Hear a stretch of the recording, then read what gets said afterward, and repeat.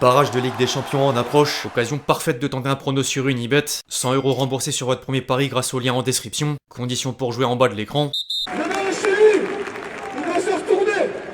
Abimel, il est parti, il est plus là, maintenant c'est que nous, les gars, que nous. Désolé, franchement tout le monde la pense, beaucoup de gens pensent, je pense qu'en interne, vous le pensez aussi, je suis désolé pour lui, il y a un moment, faut savoir fermer sa gueule.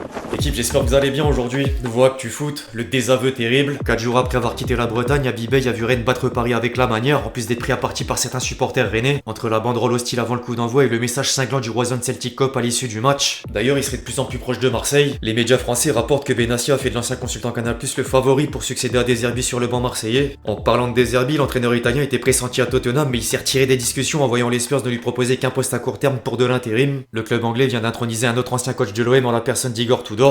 Au niveau des joueurs, la semaine a également réservé des surprises. Van Persie aura convaincu Sterling de rejoindre le Feyenoord libre de tout contrat. Première expérience hors de l'Angleterre pour l'attaquant passé par Liverpool, Manchester City, Chelsea et Arsenal. Du côté de l'Allemagne, le Bayern a quant à lui annoncé la prolongation d'Upamecano jusqu'en 2030. L'international tricolore devrait toucher un salaire de 20 millions d'euros par an et disposer d'une clause libératoire de 65 millions d'euros activable à partir de juin 2027. Un point crucial au cours des négociations. Bref, on va sans plus tarder rentrer dans le vif du sujet, mais juste avant les amis, je vous demande un service. Vous savez lequel? Celui évidemment de lâcher votre plus beau like. Vous connaissez le refrain, très important pour le référencement. Merci vraiment à tous ceux qui le feront. Vous êtes les boss.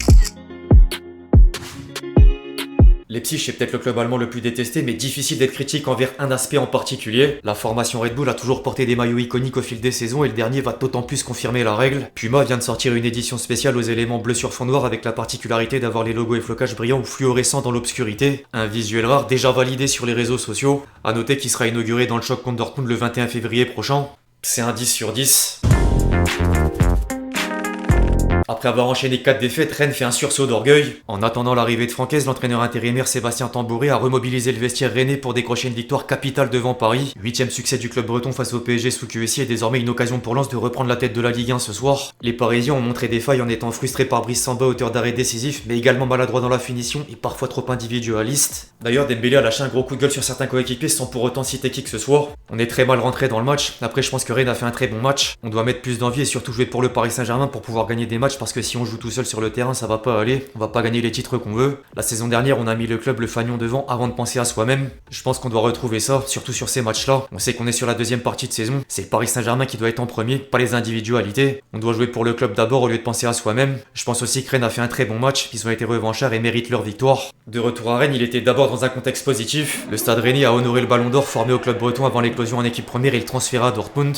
Dembélé faisait ensuite apparaître une nouvelle polémique. Il y a beaucoup d'émotions après un match. Je veux pas parler de cas individuels, c'est normal d'être frustré. Je ne permets à aucun joueur de mettre sa situation personnelle au-dessus du club, et je peux le garantir, on suit un chemin. Je m'occupe de gérer le fait que l'équipe soit toujours au-dessus des individualités, et là-dessus y a aucun doute. À partir du moment où ça change, c'est fini. J'accorde aucune valeur aux propos que tiennent les joueurs à la fin d'un match. Je vais pas répondre aux propos d'un joueur. Le responsable de l'équipe, c'est moi, et je permettrai jamais à un joueur de penser qu'il est plus important que le club. Ni moi, ni le directeur sportif, ni le président. Ces déclarations valent rien. Elles viennent de la frustration vis-à-vis du match qui vient de se terminer. Luis Enrique a tenté d'arrêter le débat, mais Vitinha est venu remettre une couche en zone mixte. On est prêt pour les critiques, c'est pas le problème. Il y a des choses qui ont fonctionné, d'autres non. Je sais que tout le monde veut marquer, mais parfois faut donner le ballon aux coéquipiers qui sont mieux placés. Je ne vise personne, j'imagine pas quelqu'un de penser qu'à lui dans cette équipe. On va en discuter pour régler ce qui a pas marché et être prêt pour le prochain match. C'était pas le résultat qu'on attendait. On n'a pas fait un mauvais match, faut aussi parler du bon match de Rennes. Et même si Rennes fait le match de sa vie, on doit gagner avec l'équipe et le niveau qu'on a. La prochaine échéance, c'est mardi face à Monaco en Ligue des Champions. En parlant de Ligue des Champions, un institut a révélé les revenus du PSG pour la saison 2024-2025. Une perte nette de 40 millions d'euros, mais une masse salariale en baisse de 18% à 547 millions d'euros, 837 millions d'euros de chiffre d'affaires et 192 millions d'euros grâce au parcours dans la meilleure des compétitions, plus la Coupe du Monde des clubs. Un exercice historique sur plein d'aspects.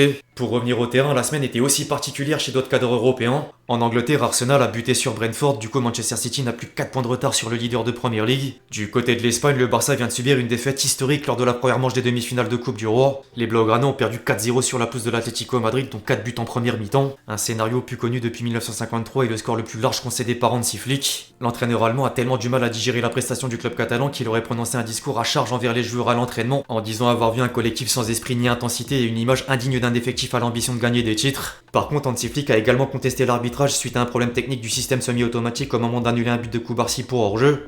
C'est un vrai bordel. L'arbitrage en Liga est un désastre. Pour moi, j'ai vu ce hors-jeu, il n'y a pas de hors-jeu. Ils ont mis quoi 7 minutes pour vérifier ça. Ils cherchaient quelque chose à annuler. Il n'y a pas eu de communication claire non plus. Nous n'avons rien reçu. Expulsé en fin de match, Eric Garcia est allé dans le même sens. Ils ont d'abord dit que le VAR fonctionnait pas, c'est pourquoi ça prenait autant de temps. De ce que j'ai vu sur les images, ce sont des choses difficiles à comprendre, qui pour une raison ou d'une autre ne nous sont pas favorables ces derniers temps. Le tacle de Giuliano sur Baldé est clairement un carton rouge. Le mien à la fin, Baena partait seul. J'ai glissé, il m'a aussi touché. Entre temps, le Barça vient d'envoyer une lettre à la fédération. Le club exprime sa profonde préoccupation concernant les décisions d'arbitrage répétées qu'il considère comme dommageables pour le match et sans critères cohérents. Le FC Barcelone propose également la création d'un code disciplinaire qui établit des conséquences publiques et transparentes en cas d'erreur grave ou de négligence. Affaire à suivre.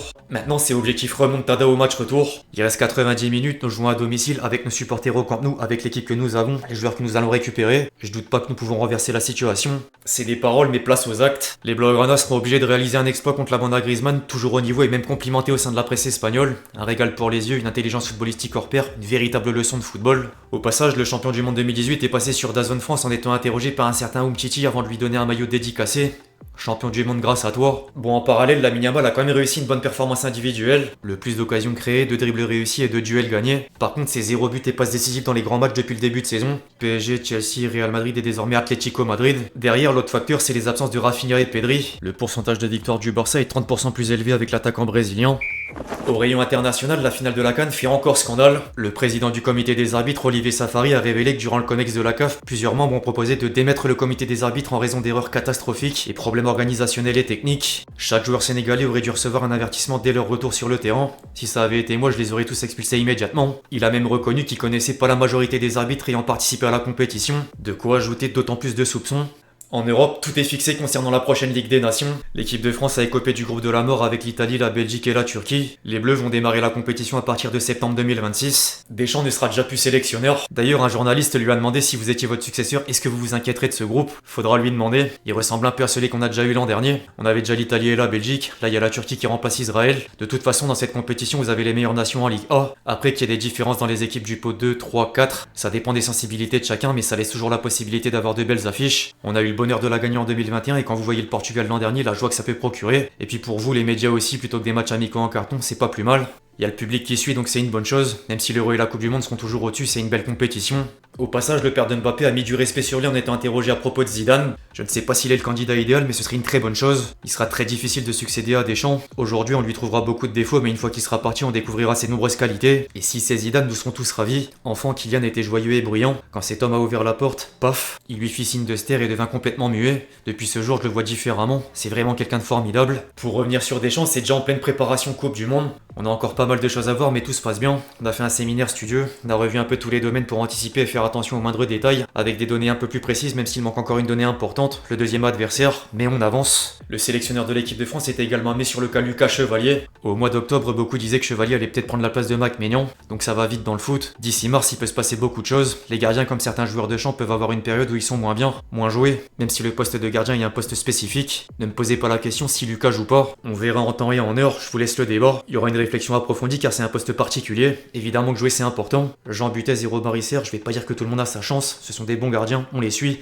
C'est pas parce qu'ils n'ont pas été sélectionnés, sans entrer dans le détail car vous allez interpréter. Mais le poste de gardien est spécifique, l'expérience et le vécu le sont. Mais si je vous dis ça, vous allez vous dire ça y est, il va prendre les mecs qui jouent pas. Ça rentre dans la réflexion. On a encore du temps, mais évidemment que la situation de Lucas n'est pas meilleure pour lui et pour nous. C'est Luis Enrique qui décide. Si ça évolue dans le bon sens, tant mieux. Derrière, Philippe Diallo a évoqué le dossier LFP Bein autour des droits TV. Après avoir fulminé l'attribution de la Coupe du Monde, Nicolas de Taverneau vient de démissionner à la tête de LFP Média. Laurent Prudhomme est désormais pressenti pour le poste. Le président de la Fédération française de football a constaté le problème de fond. Tout ce qui se passe autour de moi me conforte dans l'idée qu'il faut une réforme profonde de la gouvernance du foot français et de la Ligue. Ça fait presque 8 mois qu'une loi a été votée au Sénat. Il est urgent qu'elle soit inscrite au calendrier de l'Assemblée nationale pour que le foot français retrouve une gouvernance apaisée, efficace et transparente. Faut lui permettre d'avoir le socle pour rebondir dans les prochaines années. Si le foot français est en danger, vous le savez, il est dans une situation économique très périlleuse. Beaucoup de clubs sont en difficulté et quand on est en difficulté, c'est le bon moment pour réformer, donner une perspective et une vision d'avenir. Ligue 1 Plus aura du mal à survivre en n'ayant que la Ligue 1 justement. Enfin bref, l'équipe c'est tout pour l'actu foot du jour, j'espère vraiment qu'il vous a plu, je compte sur vous si c'est le cas pour lâcher votre plus beau like, comme d'habitude. N'hésitez pas à réagir dans les commentaires sur tous les sujets qu'on a pu traiter aujourd'hui, puis d'ici là on se retrouve très vite